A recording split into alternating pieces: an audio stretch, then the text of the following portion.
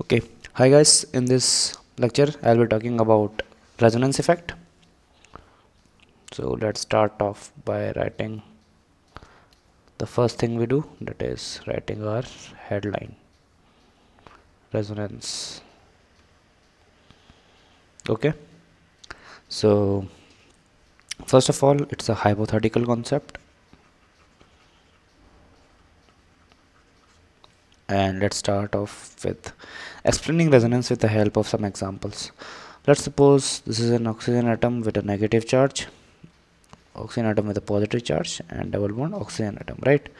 So in this case, we can see that actually what can happen is this negative charge can actually come up to create a double bond with this oxygen atom, and this double bond, this oxygen atom can take again and can then create a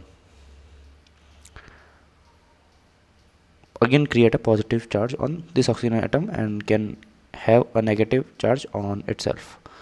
So if this transition takes place, what will happen is, as this negative charge is coming here to form a double bond between this oxygen atom, and this bond is withdrawn by this oxygen atom, so it would have a negative charge, and this one again would be remaining a positive charge oxygen atom. Why? Because this bond was actually withdrawn by this oxygen atom.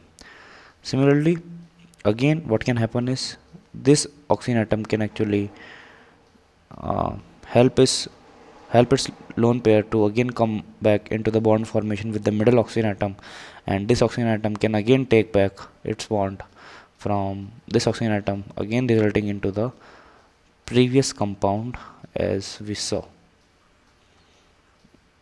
Okay, so the hybrid, we can write it as this oxygen atom have positive charge always, and these two oxygen atoms have minus half charge with resonating structure between both of them.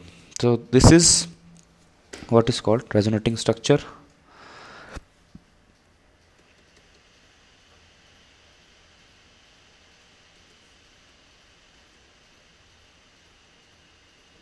Or canonical structure.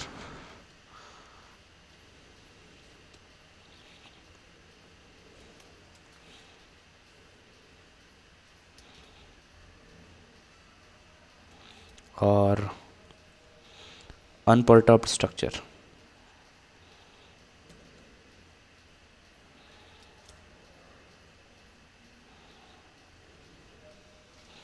Unperturbed structure.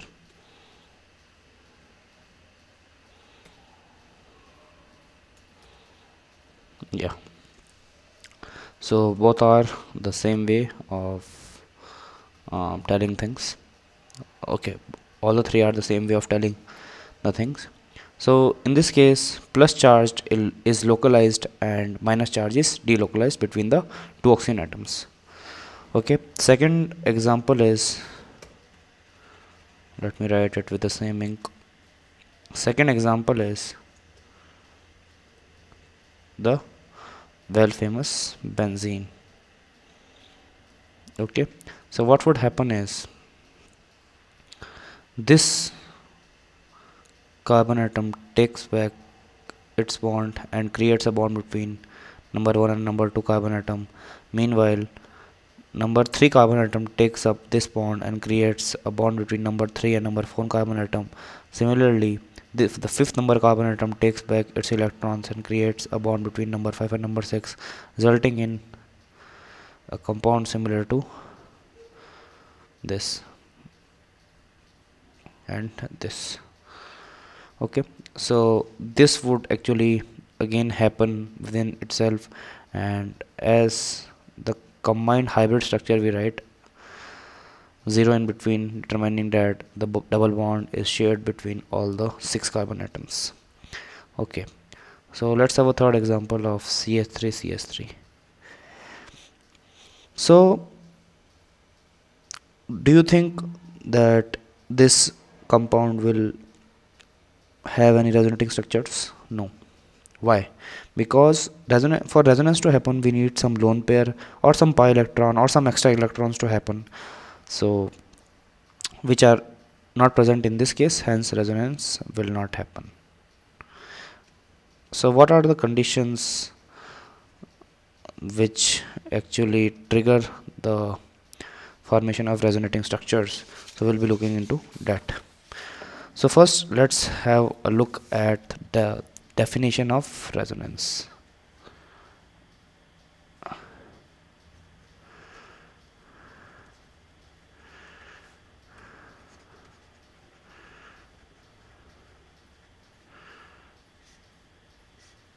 Okay, so resonance means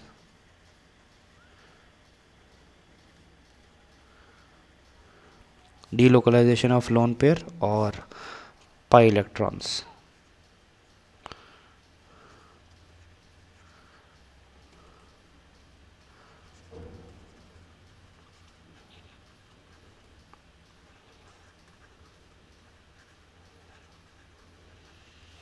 Pi electrons. Okay. Second is resonance is an intermolecular process. Resonance is an intermolecular process. Third thing is resonance exists only on paper.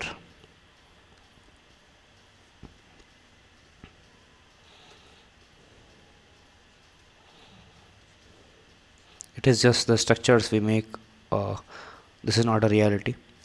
So no effect on temperature, pressure on resonating structures. So no effect of temperature,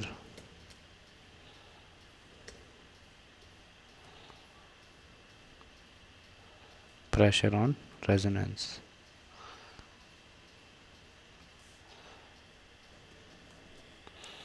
And resonating structure is an imaginary structure. Resonance hybrid is a real structure.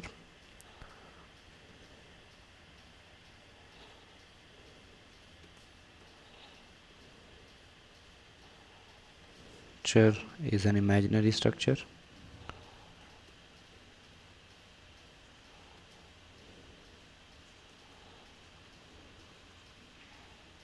Whereas resonance hybrid is a real structure.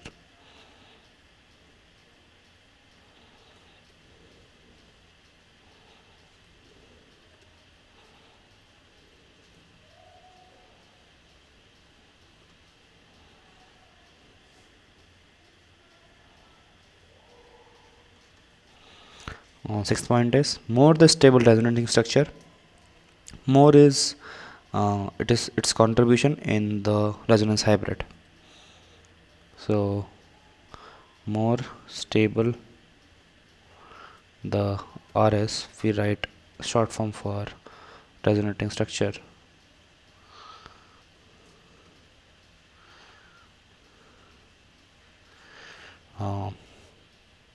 More is its contribution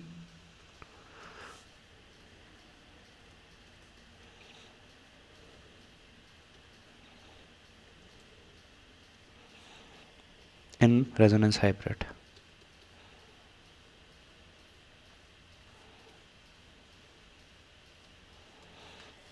Okay, and some of the things we cannot do actually in resonance is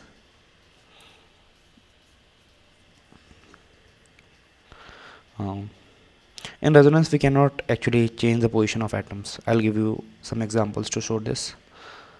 In resonance we cannot change positions of atoms. So what do I mean by it? I'll just show you an example of the same. Change positions of atoms. Okay, so let's suppose we have an example like we have, so here we cannot actually change the position of atom, something like In this case we cannot replace one H to go to oxygen atom. This is wrong. Or we cannot actually do something like this. We cannot actually, for example, this is a free radical, so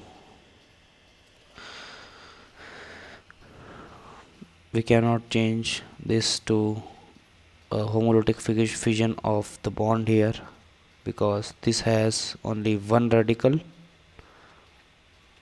and or we can say one unpaired electron.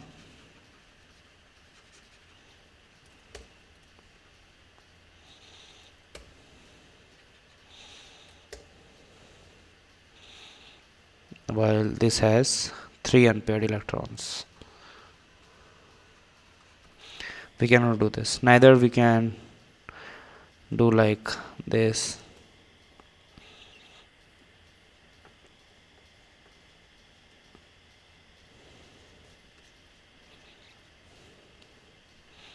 That we break the bond. Oh, we don't break the bond, or just increase the number of lone pairs in the compound.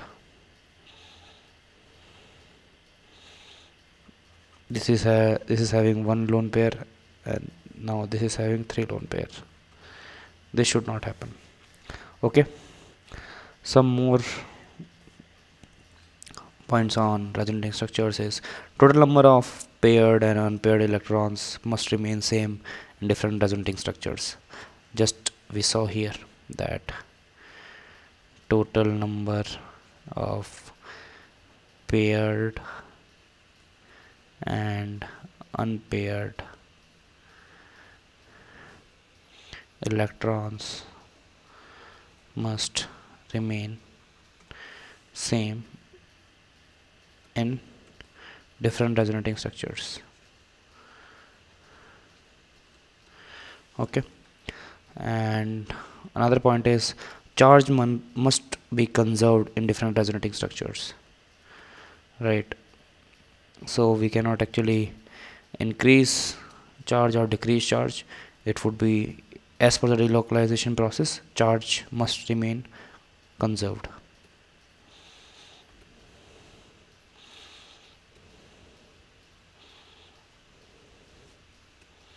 In different resonating structures. Okay, and this is a repeating point, but again I'm writing it as total number of electrons must remain same in different resonating structures. Total number of electron must remain same in different resonating structures. Okay, so this brings us to the end of this video.